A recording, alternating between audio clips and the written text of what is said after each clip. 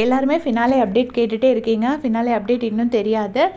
First வந்து என்னென்னா, இந்த நியூஸ் நீங்களே கேள்விப்பட்டிருப்பீங்கன்னு நினைக்கிறேன். கானா வினோத் அண்ணா ஒரு பெர்ஃபார்மன்ஸ் கொடுத்துருக்காரு. அது எப்போவுமே கொடுப்பார்ல, ஒரு பாட்டு சூப்பராக எழுதுவார்ல, அந்த மாதிரி இருக்கும்.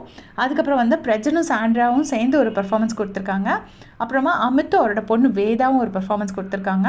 அப்புறமா வாட்டர்மெலன் திவாகர் அவர் என்ன ஆடினாரா பாடினாரா என்ன அப்படிங்கிறது தெரியாது. இவ்வளோ தான் இந்நேரம் வரைக்கும் ஷூட்டிங் முடிஞ்சிருக்கு. இன்றைக்கே ஒருத்தரை எவிக்ட் பண்ணுவாங்க. அது யாருன்னு தெரியாது. ஓட்டிங் வைஸ் எவிக்ட் பண்ணால் அரோரா எவிக்ட் ஆகணும். இல்லை அவங்க ஏதாவது கொஞ்சம் டெசிஷன் மாற்றினேன்னா என்ன, அரோராவும் சேனல் ஃபேவரட் தான், விக்ரமும் சேனல் ஃபேவரட் தான். இருந்தாலும் அரோராவை ஒரு பிடி ஜாஸ்தியாக தான் எல்லாருக்கும் பிடிக்கும். அதனால் மோஸ்ட்லி அரோரா எவிக்ட் ஆக சான்ஸ் இல்லை அப்படின்னு நான் நினைக்கிறேன். இதுவும் எனக்கு கன்ஃபார்ம்டு அப்டேட் தெரியாது.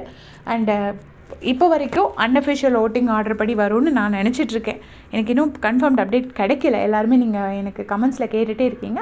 அப்டேட் வந்த உடனே நான் கண்டிப்பாக உங்களுக்கு எல்லாருக்குமே ஷேர் பண்ணிடுறேன். நிறைய பேர் எனக்கு கமெண்ட்ஸில் கேட்டிருக்கீங்க. அதுக்காக தான் இப்போ வந்து லைவில் பார்த்தீங்கன்னா அந்த கவுன் எல்லாமே வந்திருக்கு.